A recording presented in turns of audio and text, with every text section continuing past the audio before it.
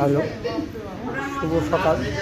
আমরা 27/11/2023 আমরা এই হরিদ্বারে নামলাম।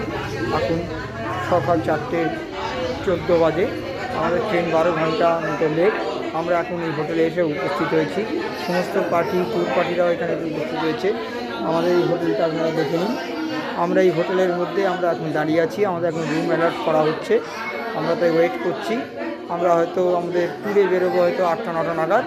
তখন আবার আপনাদের সঙ্গে আমার দেখা হবে। হোটেলটার নাম হচ্ছে হোটেল সুবিধা। স্টেশন থেকে হয়তো মিনিট 5-6 দূরে। তাই সবাইকে শুভ সকাল জানিয়ে এখন আমি এখানে শেষ করছি।